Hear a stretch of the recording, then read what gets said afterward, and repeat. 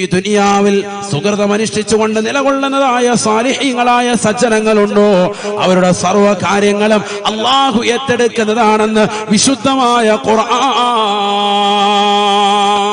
വഹുവ യതവല്ല സാലിഹീൻ, അള്ളാഹു ഏറ്റെടുക്കും അവന്റെ എല്ലാ കാര്യവും. ഒരു പേടിയും പേടിക്കണ്ട, നീ ഒരു പേടിയും പേടിക്കണ്ട. നീ സാലിഹായ മനുഷ്യനാണോ, അള്ളാഹു നിന്റെ സർവ്വ കാര്യങ്ങളും ഏറ്റെടുക്കും.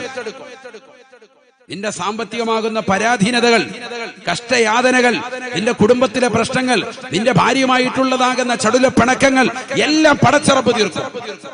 എന്ത് വേണം, നീ എന്ത് വേണം? സാലിഹായി ജീവിക്കണം. അള്ളാഹു തൗഫീഖ് തരട്ടെ. ഈ ബാങ്ക് വിളിക്കുമ്പോൾ കൃത്യമായി പള്ളിയിൽ പോകണം. നിന്റെ ആൺമക്കനെയും വിളിച്ചുകൊണ്ട്, ഉമ്മ വീട്ടിൽ തന്നെ നിസ്കരിക്കണം. നിന്റെ പെൺകുട്ടിയെയും വിളിച്ചുകൊണ്ട്, മകളെയും വിളിച്ചിട്ട് നിസ്കരിക്കാൻ തയ്യാറാവും. കാര്യം ബന്ധിക്കരുത്. ദീനിയായ കാര്യങ്ങൾ വട്ടെ മഗ്‌രിബിന് തൊട്ടുമുമ്പ് വിളിച്ചിരുത്തിയിട്ട് ദിക്ർ ചൊല്ലണം. മക്കളെ സാലിഹാകണ്ടേ? ഇന്നത്തെ തലമുറയിൽ അതുണ്ടോ? മഗ്‌രിബിന് തൊട്ടുമുമ്പ് വിളിച്ചിരുത്തിയിട്ട് എത്ര വീടുകളിലാണ് സുബ്ഹാനല്ലാഹി വബിഹംദിഹി ചെല്ലുന്നത്? എത്ര വീടുകളിലാ ലാ ഇലാഹ ഇല്ലല്ലാഹ് ചെല്ലുന്നത്?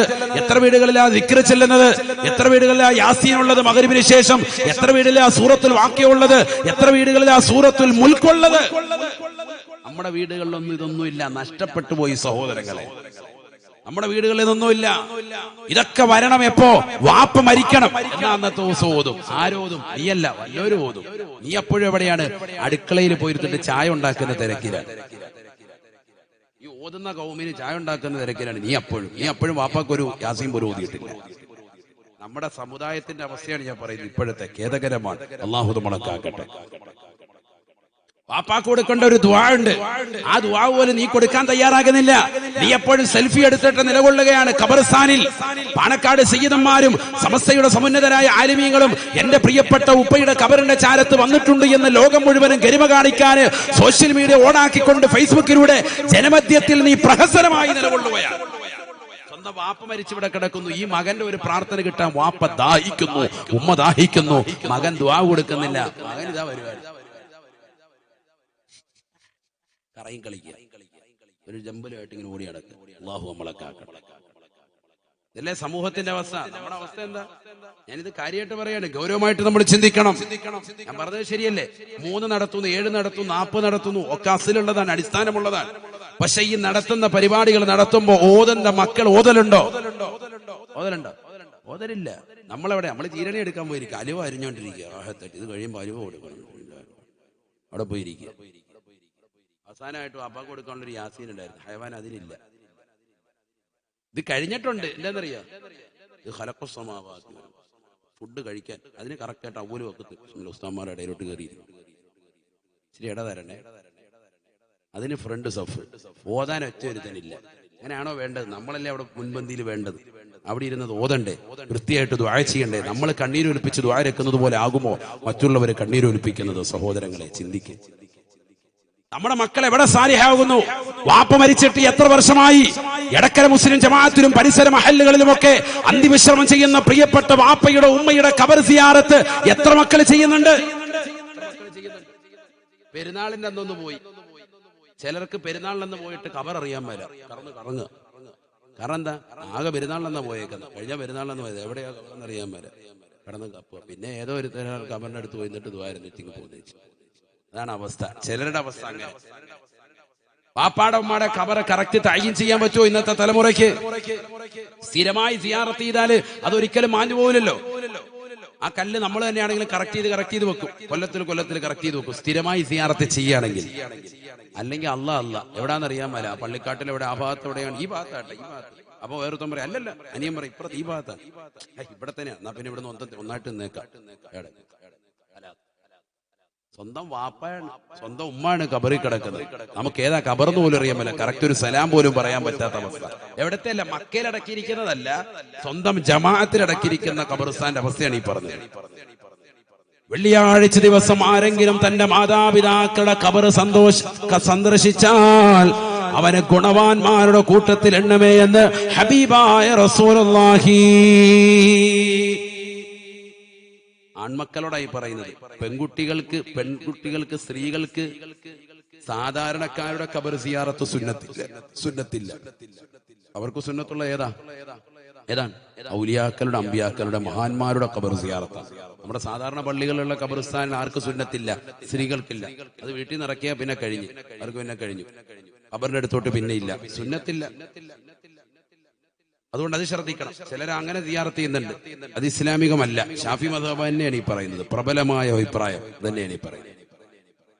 സാധാരണക്കാരുടെ വാപ്പ ഉമ്മ സഹോദരങ്ങളൊക്കെ മരിച്ചാൽ അവരുടെ ഖബർ സിയാറത്ത് ആർക്കും സുന്നത്തില്ല, സ്ത്രീകൾക്കില്ല. അതേസമയത്ത് ഔലിയാക്കൾ, അമ്പിയാക്കൾ, മഹാന്മാരുടെ ഖബർ സിയാറത്ത് ചെയ്യേണ്ട രീതിക്ക് ഔറത്ത് മറച്ച് വൃത്തിയായി പോയി ചെയ്താൽ ഗുണം കിട്ടും, ഇല്ലെങ്കിൽ തലയ്ക്കടിയും കിട്ടും. അല്ലാഹു ആക്കട്ടെ. ഔറത്തെല്ലാം തുറന്നിട്ടുകൊണ്ട് പോയി തുണിയും മാറ്റി വെച്ചിട്ട് റാഹത്തായിട്ട് ഔലിയായ എന്ന് പറഞ്ഞുകൊണ്ട് വന്നാൽ ഹലാസ്. അള്ളാഹു നമ്മളൊക്കെ ആക്കട്ടെ. അത് ചെയ്യേണ്ട രീതിക്ക് ചെയ്താൽ ഗുണമാണ്. അള്ളാഹു തൗഫീഖ് നൽകട്ടെ. അപ്പൊ ഇന്നലെ CM വലിയുല്ലാഹി ഖദ്ദസല്ലാഹു സിറഹുൽ അസീസ് അവിടുത്തെ മസാറിലായിരുന്നു വിനീതന് വാങ്ങുന്നുണ്ടായിരുന്നു. അവിടുത്തെ ഉറൂസ് നടക്കാൻ അള്ളാഹു അവിടുത്തെ ഖബർ വിശാലമാക്കുമാറാവട്ടെ. 10,000-കണക്കിന് ആളുകളാണ് അവിടെയൊക്കെ സിയാറത്തിന് വേണ്ടി സഹോദരിമാര്, സഹോദരങ്ങളടക്കം വരുന്നത്. 10,000-കണക്കിന് ആളുകൾ. അവർക്ക് പ്രത്യേകമായ മറയും സൗകര്യങ്ങളും ഉണ്ട്. സ്ത്രീകൾ വന്ന് സിയാറത്ത് ചെയ്യുന്നതിന് പ്രത്യേക മറ കാര്യങ്ങളൊക്കെ ഉണ്ട്. അപ്പൊ അങ്ങനെയുള്ള മറയും സൗകര്യങ്ങളും വെച്ചുകൊണ്ടും അതോടൊപ്പം തന്നെ അവർ സ്വന്തമായി ഔറത്ത് പരിപൂർണമായി നല്ല രീതിയിൽ മറച്ചിട്ടുമാണ് സിയാറത്ത് ചെയ്യുന്നതിൽ അതൊരു പുണ്യം തന്നെയാണ്, വലിയ പുണ്യം തന്നെയാണ്. സൗകര്യപ്പെട്ടാൽ നമ്മൾ അങ്ങനെ പോകണം, സിയാറത്ത് ചെയ്യണം. വലിയ കൂടിക്കലർ, അന്യരാകുന്ന പുരുഷന്മാരുമായി കൂടിക്കലരില്ലാതെ പോയി കാര്യങ്ങൾ നടത്തുക, അത് ഇസ്ലാമികപരമാണ്. സാധാരണക്കാരുടെ ഖബർ സിയാറത്താണ് ഞാൻ ഈ പറഞ്ഞത്. സ്ത്രീകൾക്ക് എന്തില്ല? സുന്നത്തില്ല. അത് പഠിച്ചു വെക്കണം. ചില ഖബർസ്ഥാനിലൊക്കെ അങ്ങനെ ചില സഹോദരിമാരെ പലയിടങ്ങളിലും കാണാറുണ്ട്. അതുകൊണ്ടാണ് ഞാൻ പറയുന്നത്. ഷാഫി മദ്ഹബിലെ പ്രബല അഭിപ്രായമാണ്. അല്ലാഹു നമ്മളെ സാലിഹ്യങ്ങൾ ഉൾപ്പെടുത്തുമാറാവട്ടെ. ഏതായാലും ശ്രദ്ധിക്കും, നമ്മൾ പുരുഷന്മാരെന്ത് ചെയ്യണം? മകനെയും വിളിച്ചോണ്ട് പോകണം. ഡവാ നമുക്ക് പോയിട്ട് വെള്ളിയാഴ്ചയെങ്കിലും അവിടെ പോയിട്ട് സിയാറത്ത് ചെയ്താല് കുത്തിബ ബറ, നിന്നെ ഗുണവാന്മാരുടെ കൂട്ടത്തിലേക്ക് രേഖപ്പെടുത്തും. അവർക്ക് ഗുണം ചെയ്തവരുടെ കൂട്ടത്തിൽ അല്ലാഹു നിന്നെ രേഖപ്പെടുത്തുമെന്ന് സയ്യിദുനാ റസൂലുള്ളാഹി. പാപ്പായും ഉമ്മയും പണ്ട് ചവിട്ടിയിട്ടുണ്ട്, തൊഴിച്ചിട്ടുണ്ട്, ബഹളം വെച്ചിട്ടുണ്ട്, ഇടിവെച്ചിട്ടുണ്ട്, വഴക്കടിച്ചിട്ടുണ്ട്, ചെയ്യും. അതിനേക്കാൾ കൂടുതൽ വാക്കുകളൊക്കെ നീ പറഞ്ഞിട്ടുണ്ട്. ഒക്കെ അവരുടെ അടുക്കൽ ചെന്ന് പൊട്ടിക്കരഞ്ഞ് ദ്വാരക്കാനുള്ള ഒരു അവസരം നിനക്ക് കൈമുതലായിട്ട് അത് നഷ്ടപ്പെടുത്തി കളഞ്ഞവനാണ് നീ. പിന്നെങ്ങനെ നീ രക്ഷപ്പെടും? നമുക്ക് നമ്മുടെ വാപ്പാടെ ഖബർ നമുക്ക് പരിചയമില്ല, പിന്നെ എങ്ങനെ മക്കൾ പരിചയപ്പെടും? അതുകൊണ്ട് നമ്മുടെ തലമുറകളെ പരിചയപ്പെടുത്ത്, സാലിഹായ ജീവിതം നയിക്കണേ. അല്ലാഹു ഞങ്ങൾക്ക് നീ തൗഫീഖ് നൽകണേ. നീ തൗഫീഖ് നൽകണേ അല്ലാ. സാലിഹായ കിട്ടുന്ന നേട്ടമെന്താണ്? ഘട്ടമെന്താണ്? തീർന്നില്ല. പണ്ഡിതന്മാർ പഠിപ്പിക്കുകയാണ്. സാലിഹായാൽ കിട്ടുന്ന നേട്ടം, മരിക്കുന്ന സമയമാകുമ്പോ സാലിഹായ മനുഷ്യനാണോ അവന്റെ അടുക്കലേക്ക് മലക്കുകൾ കടന്നു വരുകയാണ്. കാരുണ്യത്തിന്റെ മലക്കുകൾ അവന്റെ ചാരത്തേക്ക് കടന്നു വരുകയാണ്. എടക്കരയിലുള്ള പ്രിയപ്പെട്ട ഉപ്പ ഈ ലോകത്തുനിന്ന് വിട പറയാൻ വേണ്ടി നിലകൊള്ളുന്ന സമയമാണ്. നിസ്കാരം നിലനിർത്തിയിരുന്ന മനുഷ്യനാണ്, നോമ്പുകൾ നോറ്റ് വീട്ടിയിരുന്ന സഹോദരനാണ്. എടക്കരയിലുള്ള പ്രായം ചെന്ന ഉമ്മയാണ്, നമസ്കാരങ്ങളെ ചിട്ടവെച്ച ഉമ്മയാണ്, നോമ്പുകൾ നോറ്റ് വീട്ടിയ ഉമ്മയാണ്, പാവങ്ങളുടെ കണ്ണീരപ്പിയ ഉമ്മയാണ്. മരിക്കുന്ന സമയമാകുമ്പോ സുബ്ഹാനല്ലാഹ് അവരുടെ അടുക്കലേക്ക് അല്ലാഹു സുബ്ഹാനഹു വ തആല കാരുണ്യത്തിന്റെ മലക്കുകളെ പറഞ്ഞേക്കുമത്രേ.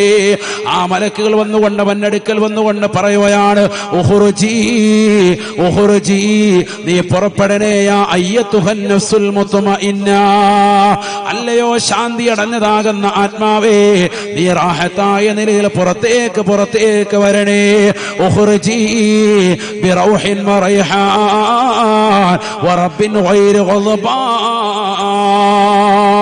പടച്ചറപ്പിന്റെ സംതൃപ്തിയോടുകൂടി, അള്ളാഹുവിന്റെ പൊരുത്തത്തോടുകൂടി, കാരുണ്യത്തോടുകൂടി നിന്റെ ആത്മാവിനെ നീ പുറത്തേക്ക് ഇതാ കൊണ്ടുവരുകയാണ്. ആത്മാവിനെ പുറത്തേക്ക് എടുക്കുകയാണ്. അസ്റായീൽ അലൈഹിസ്സലാമിനോടൊപ്പം കാരുണ്യത്തിന്റെ മലക്കുകൾ വന്നുകൊണ്ട് അവന്റെ കാലിലൂടെ, അവന്റെ തള്ളവരലിലൂടെ ആത്മാവിനെ അതാ പുറത്തേക്ക് എടുക്കുകയാണ്. അല്പാൽപമായി ഊരി എടുക്കുകയാണ്. അവന്റെ തലവരെ ഊരുന്ന സന്ദർഭത്തിൽ വരെ ഇതിങ്ങനെ പറഞ്ഞുകൊണ്ടേയിരിക്കും, ബിറൗഹിൻ വറൈഹാൻ വറബ്ബിൻ ഗൈരി ഗളബാൻ. പടച്ചറബ് നിന്നോടൊരു കോപമില്ല, അള്ളാഹുവിന് നിന്നോടൊരു ധാർഷ്ട്യമില്ല, പടച്ചറബിന് നിന്നോട് യാതൊരുവിധ ബുദ്ധിമുട്ടുമില്ല, ഒരു പ്രയാസവുമില്ല. അള്ളാഹു നിന്നെ കൊണ്ട് സംതൃപ്തിപ്പെട്ടിരിക്കുകയാണ്. അതുകൊണ്ട് ആത്മാവേ, നീ നല്ല സന്തോഷത്തോടുകൂടി പുറത്തേക്ക് വരിക. ഇത് തന്നെയല്ലേ പരിശുദ്ധമായ ഖുർആനിൽ സൂറത്തുൽ ഫജ്റിന്റെ അവസാനത്തിൽ അല്ലാഹു സുബ്ഹാനഹു വ തആല പറഞ്ഞത്, യാ അയ്യത്തുഹൻ നഫ്സുൽ മുത്മഇന്ന ഇർജിഇ ഇലാ റബ്ബിക റാദിയതൻ മർദിയ. ഫദ്ഖുലി ഫീ ഇബാദി വദ്ഖുലി ജന്നതി. നിന്റെ ആത്മാവിനെ കാലിൽ നിന്ന് ഊരി തലയിലേക്ക് ഊരിയെടുക്കുന്ന സമയം അത്രയും ആത്മാവിനെ ശരീരത്തിനെ സന്തോഷിപ്പിച്ചുകൊണ്ട് പറയുകയാണ്, ഈ ശരീരത്തിനെ ബാക്കിയാക്കി ഈ ശരീരത്തിൽ നിന്ന് 4-ാം മാസത്തിലേക്ക് ശരീരത്തിലേക്ക് ഊതപ്പെട്ടതാകുന്ന റൂഹിനെ അതിനെ പരിപൂർണമായി ഊരിയെടുത്തുകൊണ്ട് കൊണ്ടുപോകുന്ന രംഗമാണ്. ആ സമയത്ത് പറയുകയാണ്, ആത്മാവേ നീ കടന്നു വരിക, ശരീരമേ നീ ഇവിടെ ബാക്കിയാവുക. വളരെ സന്തോഷത്തോടുകൂടി പടച്ചറപ്പ് നിന്നെ കൊണ്ട് സംതൃപ്തിപ്പെട്ടിരിക്കുകയാണ്, അള്ളാഹുവിനെ കൊണ്ട് നീയും സംതൃപ്തിപ്പെട്ടിരിക്കുകയാണ്. മുത്മഇന്ന തുർജഇ ഇലാ റബ്ബിക റാദിയതൻ മർളിയ ഫദ്ഖുലി ഫീ ഇബാദി വദ്ഖുലി ജന്നതി. എന്നെ സച്ചരിതരാകുന്ന അടിമകളിൽ, സ്വാലിഹീങ്ങളാകുന്ന അടിമകളിൽ, നേരത്തെ സൂചിപ്പിക്കപ്പെട്ടതാകുന്ന അംബിയാ മുർസലീങ്ങളില്ലേ, സ്വാലിഹീങ്ങളാകുന്ന സച്ചരിതരാകുന്ന അടിമകളാണ്. അവരോടൊപ്പം നീ പ്രവേശിക്കണേ, പ്രവേശിക്കണേ, സ്വർഗത്തിലേക്ക് കടക്കണേ. നിന്റെ സ്ഥാനം മഹനീയമാകുന്ന ഇല്ലിയിലാണ്, ഉന്നതമാകുന്ന സ്ഥാനമാണ്, സ്ഥാനമാണ്. ഇന്നൽ അബ്റാറ ലഫീ ഇല്ലീൻ. ഈ ലോകത്ത് നിന്ന് വിട പറയുന്ന സാലിഹീങ്ങളാകുന്ന ഗുണവാന്മാരാകുന്ന ആളുകളുടെ ആത്മാവിനെ കൊണ്ടുപോകുന്ന സ്ഥലമാണല്ലോ ഇല്ലീൻ. അവരേക്കിതാ നിന്നെ കൊണ്ടുപോയാണ് എന്ന് വിശുദ്ധമായ ഖുർആൻ.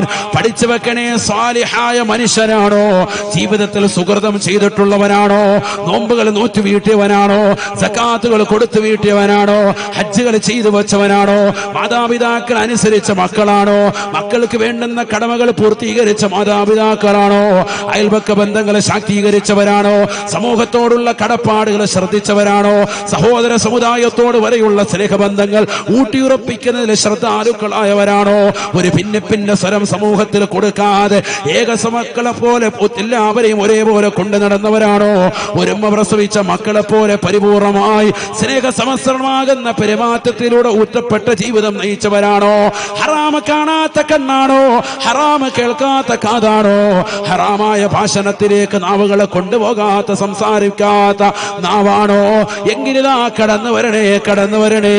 പടച്ചറപ്പ് നിന്നെ കൊണ്ട് സംതൃപ്തിപ്പെട്ടിരിക്കുന്നു എന്ന് പറയുമേ, അവനോട് പറയുമേ എന്ന് ഹബീബുനാ റസൂലുള്ളാഹി. ഇത് സാലിഹായാൽ കിട്ടുന്ന നേട്ടമാണ്. തീർന്നില്ല. മരിച്ചവൻ വീട്ടിൽ നിന്ന് അവനെ മയ്യത്ത് കുളിപ്പിച്ച് കഫൻ ചെയ്ത മയ്യത്ത് കട്ടിലേക്ക് എടുത്തു വെച്ച് ആ മയ്യത്ത് കട്ടിൽ 4 പേര് പിടിച്ചുകൊണ്ട് മുൻഭാഗത്ത് നിന്ന് 2 പേരും പുറകിൽ നിന്ന് 2 പേരോ അതിൽ കൂടുതലോ ആളുകൾ പിടിച്ചുകൊണ്ട് പള്ളിക്കാട്ടിലേക്ക് കൊണ്ടുപോകുമ്പോ, മയ്യത്ത് നിസ്കരിക്കാൻ വേണ്ടി കൊണ്ടുപോകുമ്പോ, ഇദാ വുദിഅത്തിൽ ജനാസതു ഫഹതമലഹ റിജാൽ ഖാലത്തിൽ ജനാസതു ഖദ്ദിമൂനി. അല്ലാഹുവിന്റെ റസൂൽ പറയുകയാണ്, സഹാബ, സാലിഹായ മനുഷ്യന്റെ ജനാസയാണോ, സാലിഹായ വ്യക്തിയുടെ ജനാസയാണോ, ദുനിയാവിൽ സുകൃതം അനുഷ്ഠിച്ചിട്ടുള്ള വ്യക്തിയാണോ, അവന്റെ ജനാസ വിളിച്ചു പറയുകയാണ്. മയ്യത്ത് കെട്ടിൽ ചുമക്കുന്ന മക്കൾ ഇത് കേൾക്കുന്നില്ല, നാട്ടുകാരിത് അറിയുന്നില്ല, അവരിത് കേട്ടാൽ ബോധരഹിതരായി വീഴുമെന്നും ഹബീബുനാ റസൂലുള്ളാഹി. നമ്മുടെ വാപ്പയുടെ മയ്യത്ത് കെട്ടിൽ നമ്മൾ ചുമന്നിട്ടുണ്ട്, ഉമ്മയുടെ മയ്യത്ത് കെട്ടിൽ നമ്മൾ ചുമന്നവരാണ്, സഹോദരന്റെ കൂട്ടുകാരുടെ നാട്ടുകാരുടെ പലരുടെയും ജനാസ നമ്മൾ ചുമന്നിട്ടുണ്ട്. ആ മയ്യത്ത് കെട്ടിൽ വിളിച്ചു പറഞ്ഞിട്ടുണ്ട്, സാലിഹായ വ്യക്തിയാണ് എങ്കിൽ എന്നെയൊന്ന് വേഗമൊന്ന് കൊണ്ടുപോകണേ, ഖദ്ദിമൂനി. കാരണം ഖബറിനകത്ത് തനിക്ക് കിട്ടുന്ന സ്വർഗീയ ആസ്വാദനങ്ങളുടെ പരിമളം അവൻ ആസ്വദിക്കാൻ ഇപ്പോൾ തന്നെ സാധിക്കുകയാണ്. ഖബറിൽ നിനക്ക് കിട്ടുന്നതാകുന്ന ആസ്വാദനങ്ങളുടെ തിരമാലകളുടെ ശാദ്വരതീരം ഈ ജനാസയുടെ കട്ടിലിൽ കടന്നുകൊണ്ട് അവൻ അനുഭവിക്കുകയാണ്. അതുകൊണ്ട് തന്നെ വേഗം കൊണ്ടുപോകാൻ അവൻ നിർബന്ധിക്കുമത്രേ. എന്നാൽ സാലിഹല്ലാത്ത മോശപ്പെട്ട വ്യക്തിയുടെ ജനാസയാണ് എങ്കിൽ സിനിമ കണ്ടുകൊണ്ട്, സീരിയൽ കണ്ടുകൊണ്ട്, സിനിമ ദർശിച്ചുകൊണ്ട്, മോശപ്പെട്ട ബ്ലൂ ഫിലിമുകൾ കണ്ടുകൊണ്ട്, രാത്രിയുടെ യാമങ്ങളിൽ മൊബൈൽ ഫോണിലൂടെ, ലാപ്ടോപ്പിലൂടെ, ടാബിലൂടെ തന്റെ വാപ്പ ഓൺലൈനായി പഠിക്കാൻ വേണ്ടി 8ാം ക്ലാസ്സിൽ പഠിക്കുന്ന പൊന്നുമോന്, 10ാം ക്ലാസ്സിൽ പഠിക്കുന്ന പൊന്നുമോൾ പൊന്നുമോൾക്ക് വാങ്ങിച്ചു കൊടുത്ത ലാപ്ടോപ്പിലൂടെ WWE അടിച്ചുകൊണ്ട് അശ്ലീല ലോകത്തേക്ക് കണ്ണു നട്ടിരിക്കുന്നതായ പെൺകുടികളെ, തന്റെ കാമുകനുമായി രഹസ്യമായ ഭാഷണം വാപ്പേറിയാതെ ഒരു പുതപ്പിന്റെ കീഴിൽ വെച്ചുകൊണ്ട് നടത്തുന്ന പെങ്ങളെ, വാപ്പ വാതിന് വേണ്ടി ക്ഷണിക്കുമ്പോൾ മകൻ പറയുകയാണ്, ഉമ്മ വാതിന് വേണ്ടി ക്ഷണിക്കുമ്പോൾ മകള് പറയുകയാണ്, എനിക്കൊരുപാട് പഠിക്കാനുണ്ട് വാപ്പ, എനിക്കൊരുപാട് ഹോംവർക്ക് ഉണ്ട് പ്രിയപ്പെട്ട ഉമ്മ എന്ന് പറഞ്ഞുകൊണ്ട് വാപ്പയും ഉമ്മയും വാതിന് വേണ്ടി പോകുമ്പോ അവര് പോയ സമയം മുതൽ കാമുകനുമായി രഹസ്യമായി ഭാഷണം നടത്തിക്കൊണ്ട് നിലകൊള്ളുന്നതായ പെൺകുടികളെ, നാളെ ആഖിറത്തിലേക്ക് എത്തേണ്ടതില്ല. നിന്റെ മരണത്തോടുകൂടി നടക്കുന്ന സംഭവ വികാസങ്ങളാണ്. മരിച്ചു കഴിഞ്ഞ് നിന്നെ മയ്യത്ത് കുളിപ്പിച്ച് കഫൻ പുട പൊതിഞ്ഞ് അത് മയ്യത്ത് കട്ടിലേക്ക് കടത്തിയിട്ട് വീട്ടുകാർ യാത്രയാക്കി പള്ളിക്കാട്ടിലേക്ക് കൊണ്ടുപോകുമ്പോ ആ മയ്യത്ത് കട്ടിൽ വിളിച്ചു പറയുകയാണ്, അഖിറൂനി അഖിറൂനി, എന്നെയൊന്ന് പിന്തിക്കണേ പിന്തിക്കണേ. കാരണം അവനവന് കിട്ടുന്നതാകുന്ന ബുദ്ധിമുട്ടുകളുടേതാകുന്ന പ്രയാസങ്ങളുടെ നൊമ്പരങ്ങളുടെ വ്യതകളുടെ ശ്രുതകളുടെ എല്ലാ വിഷമങ്ങളും അവൻ തിരിച്ചറിയുകയാണ്. നരകത്തിന്റെ തീക്കുണ്ടാരമായി അവന്റെ മയ്യത്ത് കട്ടിൽ മാറിയിരിക്കുന്ന അവസ്ഥ അവൻ തിരിച്ചറിയുകയാണ്. ഖബറിലെത്തിയാൽ ഭീകരമാകുന്ന രംഗങ്ങളാണ്. ഖബറിന് നെടുക്കമുണ്ടെന്നറിയാം, ഖബറിന് ഞെരുക്കമുണ്ടെന്നറിയാം, ഖബറിൽ അദാബുണ്ടെന്നറിയാം, ഖബറിൽ വരുന്ന സർപ്പങ്ങളെ കുറിച്ച് വിവരമുണ്ട്. നിസ്കാരമില്ലാത്തവന് വന്നുകൊണ്ട് വരിയുന്ന സർപ്പത്തെ കുറിച്ച് അവൻ മനസ്സിലാക്കിയിട്ടുണ്ട്. അവന്റെ ശരീരം മുഴുവൻ മാസകലം പൊതിഞ്ഞിട്ട് തലയിൽ വന്നുകൊണ്ട് കൊത്തുന്ന രംഗം അവന് ഹദീസുകളിലൂടെ മദ്രസയിൽ പഠിച്ചവനാണ്.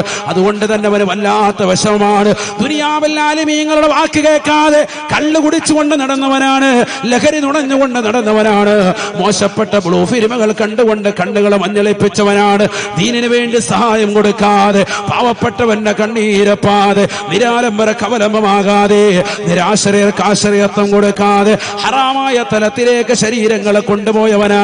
അതുകൊണ്ട് തന്നെ ഖബറിലേക്ക് ചൊല്ലുമ്പോൾ ഖബറിലുണ്ടാകുന്ന വിപത്തുകൾ തിരിച്ചറിഞ്ഞുകൊണ്ട് അവൻ മയ്യത്ത് കട്ടിൽ വെച്ചുകൊണ്ട് വിളിപ്പിക്കുകയാണ്. അവന്റെ മയ്യത്ത് കട്ടിൽ വിളിച്ചു പറയുകയാണ്, അഖിറൂനി, എന്നെയൊന്ന് പിന്തിക്കണേ, എന്നെ കൊണ്ടുപോകല്ലേ കൊണ്ടുപോകല്ലേ. പഠിക്കണേ മുസ്ലിമേ, ഇടക്കരയിലുള്ള പ്രിയപ്പെട്ട ഉമ്മമാരെ, സഹോദരിമാരെ, ചെറുപ്പക്കാരെ, യുവാക്കളെ, സ്നേഹത്തോടുകൂടി കുമ്മനം ഉസ്താദ് ഓർമ്മപ്പെടുത്തുകയാണ്, എന്നോടും നിങ്ങളോടും വസിയത്ത് ചെയ്യുകയാണ്. ഈ ലോകത്ത് നിന്ന് മരിക്കുന്നതിന് മുമ്പ് തൗബ ചെയ്തുകൊണ്ട് മരണപ്പെടണേ, തൗബ ചെയ്തുകൊണ്ട് മരിക്കണേ. നമ്മളൊക്കെ തെറ്റ് ചെയ്തവരാണ്, മോശപ്പെട്ട തലത്തിലേക്ക് കണ്ണു കൊണ്ടുപോയവരാണ്, കാത് കൊണ്ടുപോയവരാണ്, കൈകൾ കൊണ്ടുപോയവരാണ്, കാലുകൾ കൊണ്ട് ഹറാമിലേക്ക് നടന്നു നീങ്ങിയവരാണ്, ഹറാമായ തലത്തിലേക്ക് ഹൃദയം കൊണ്ട് ചിന്തിച്ചവരാണ്. അല്ലാഹുവേ, പടച്ച റബ്ബേ, നീ പുറത്തു തരണേ നാഥാ, നീ പുറത്തു തരണേ അല്ലാ. പടച്ച റബ്ബിനോട് സദാസമയം ദുആ ചെയ്തു കൂടണേ. യൂസുഫ് നബി അലൈഹിസ്സലാം പ്രാർത്ഥിച്ചതുപോലെ എന്നെ മുസ്ലിമായി മരിപ്പിക്കുകയും എന്നെ സാലിഹീങ്ങളെ ചേർത്ത് അനുഗ്രഹിക്കുകയും ചെയ്യണേ അല്ലാ. നമ്മൾ സദാസമയം റബ്ബിനോട് ഇത് ചോദിച്ചു ദുആ ചെയ്യണം.